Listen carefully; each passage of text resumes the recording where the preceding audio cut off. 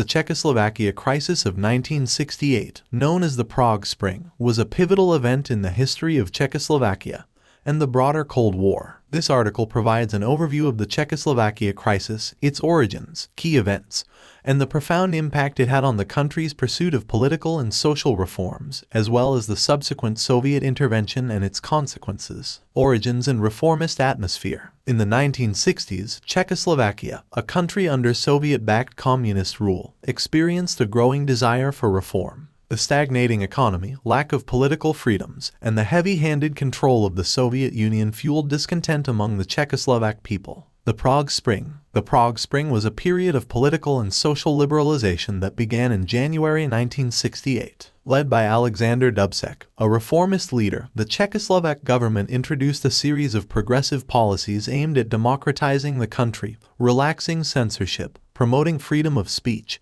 and fostering economic reforms. Key events and Soviet intervention. The Prague Spring witnessed significant events that led to Soviet intervention. Liberal reforms. Dubček's government implemented changes such as the relaxation of media censorship, the promotion of political pluralism, and the acknowledgement of individual rights and freedoms. These reforms garnered widespread support within Czechoslovakia. Growing tensions. As the reforms gained momentum, tensions arose between the Czechoslovak government and the Soviet leadership. The reforms challenged the Soviet Union's control over Eastern Europe, leading to increased apprehension among other Warsaw Pact countries. Soviet invasion. In August 1968, the Soviet Union, along with other Warsaw Pact countries, launched a military invasion of Czechoslovakia. The invasion involved the deployment of tanks, troops, and armed forces to suppress the reformist movement. Suppression and aftermath. The Soviet-led invasion aimed to crush the Prague Spring and re-establish Soviet control.